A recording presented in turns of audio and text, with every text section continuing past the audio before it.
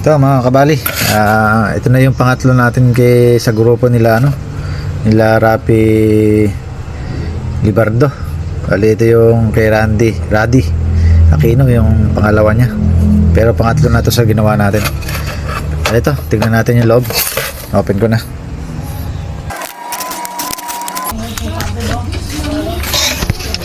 Ito mga kabali, hindi na natin matetesting, sira pala. Bali nasunugan tayo ng resistor. Ito, pati isang MOSFET sunog. Ay dalawa pala, ito pa isa. Bali pati yung dalawa niya sira din. Sorted sigurado yan. Hali, tanggalin muna natin. Yan. Tingnan natin kung may signal pang nilalabas yung ating PWM. Check na rin ako ng mga pwedeng pinagmula nun kung bakit nasunog. Galing ko muna to.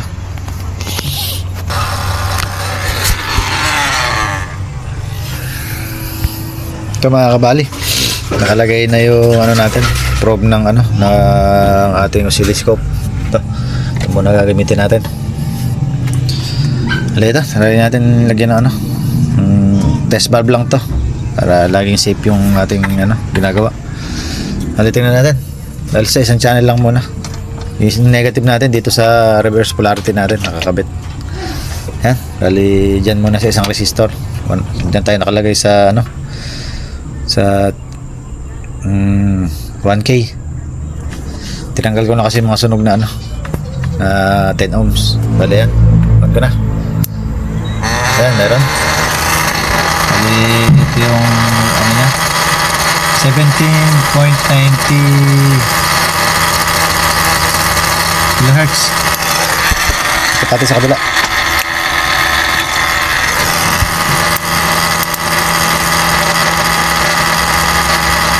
Parehas lang 17 kilohertz. Bali okay naman yung natin, signal meron. Bali yung gagawin natin, check na lang ako ng pinagmulan nitong nasunog na to. Natin baka merong nasira dito kaya ganun. Bali balik na lang ako pagka nakita ko kung saan nagmumula. Bali ito mga kabali, ilagay na natin yung MOSFET nya. Yan. Bali check muna tayo ng itong capacitor natin, output. Tingnan natin, bali ang value nito 4 UF. Yan. Tingnan natin kung sakto pa yung 4 UF nya. Yan. Natin. Saan ba ito? Kalagay na. Yan, bali mababa na. 3.2 na lang. Bali tanggalin ko muna siya. Tingnan natin talaga kung gano'n ang value niya. Balik na lang ako pag natanggal na.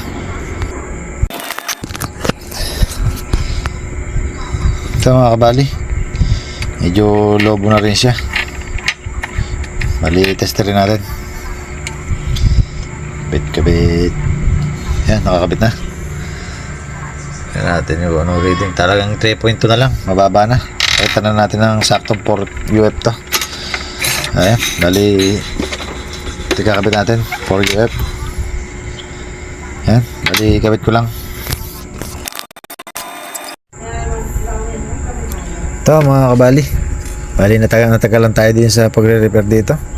Bali hanggang ngayon hindi ko pa madali kasi nakakatatlo na yun na shorted sa atin. Bali lagi niya sinisira ito yung mga MOSFET natin dito sa inverter side. Sa reverse polarity wala namang problema, dito lang ito ang problema niya, yung lagi siya naninira. Bali okay na may binibigay na signal nito. Nagtataka lang ako bakit na parang na-overload yung dating niya pagka ang 1K na yung naka-load. Pero hanggang 500 kaya niya. Yun ang mahirap.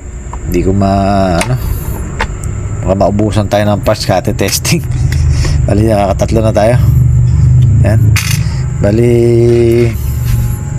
masakit na ulo ko rin. Bali yan, pagtsatsagaan natin hanapin yung problema. Yan. Isa kong nakitang pwedeng paraan.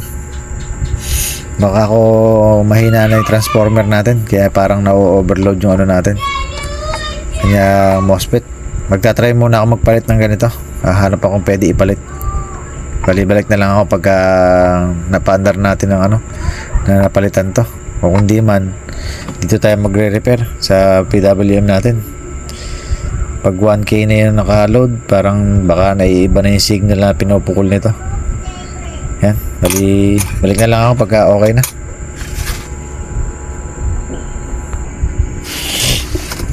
Ito mga kabali, napatino na natin. Medyo marami lang tayo na ano, nasira. Bali, ito yung mga nasira natin. Ito, MOSFET. Tapos yung diode niya, pinalitan na natin ng mas malaki. Yan. Para buo naman to, kaya lang nilakihan na natin. Bali, ito yung nilagay natin. Yan. Tapos yung PWM IC natin, pinalitan din natin. Yan. Tapos sa capacitor niya, kaya siya nahihirapan. Nakalagay sa kanya 68. Ginawa lang natin ano, 47 UF. Tapos medyo alanganin kasi tayo dito. Parang nasunog, parang nag-edit na to. Kaya inis na natin to. Bali, ang babayaran lang nila ito, yung mga pinalitan na to. Pero yung mga nasunog o yung mga pinalitan kong okay pa naman, ito shorted. Kasalanan ko na to. Baga, hindi ko pa babayaran sa ano to, sa nagpagawa. Ito lang. Yan lang ang papabayaran natin. Talagang pinalitan lang talaga. Ito katulad nito, mahina na. Ito naman, di tayo sigurado kung tatagal pa. Bakit ganun? Pagka nakaload yung ano natin, 1K, sisira. Bale ito, ay naka 2K na yan. Maandar na siya. Tapos sinadyasan ko na ng ano, ng frequency niya. Ito. Bali 750K. Ginawa lang natin 430. Dito yan sa pagitan ng transformer natin sa capacitor. Ayan, nilagyan natin 430. Dito. Yan yung mga binago natin. Tapos naglagay na rin tayo ng ano, ng spring. Yung inductor nga pala, binago din natin para mas lumakas. Ito. Maliit yung ano nito, yung kanyang yung magnet wire. Pinalitan natin ng medyo mataba. Kaya yung tunog niya. Bali, ito yung kinakain niya sa battery. Pakita ko lang. Ayun, dinaw. Yan. Bali, on ko na. Yan. Taas. 56 ampere. 700 watts. Yan, magsisiya na yung may-ari nito. Medyo natagalan lang ako dito dahil napakarami kong inayos. Pinatino talaga natin. Kasi mahirap yung kada gagamitin niya, masusunugan siya ng ano, ng MOSFET. Kaya pala nasunog lahat to. May problema pala tayo sa may gawing output. Mahina yung capacitor. Tapos ito, tagilid tayo dito. Pag nakaload na yung 500, napapaandar nito. Pero pagka nasa 1K na, nahihirapan na siya. Ito, nag-upgrade lang tayo ng ano, ng diode niya. Ito, PWM IC. Tinalitan na natin. Malaglag pa. Para lang makasure tayo na ano, tama yung binibigay na signal dito. Yan. Bali, di ko naman pababayaran to. Yun lang. Kasama naman sa trabaho yung ganyan. Kailangan makabuo tayo para may babayaran sa atin. Kahit na maliit na yung kikitain natin, basta mayayos lang natin. Yan. Ito mga kabali, ito na yung final na ginawa natin. Bali, nagpalit pa tayo ng ano niya, maiksi.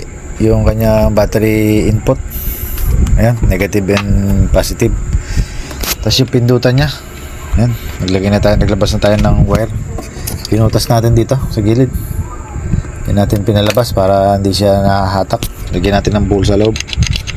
Ayan, para hindi maputol. Para bigla mahatak. Bali ito, stand testing na lang. Yan, 1K. Kanina sa 1K, nasusunugan tayo ng MOSFET. Yan natin sa 2K. Yan, maandar. Hali, try na natin takpan. Tingnan natin kung lalakas yung tunog. Yan. Yan. Okay naman. Malakas na yan. Katodo na. Hali yan. Sa inverter na to, sa expose 999, okay na.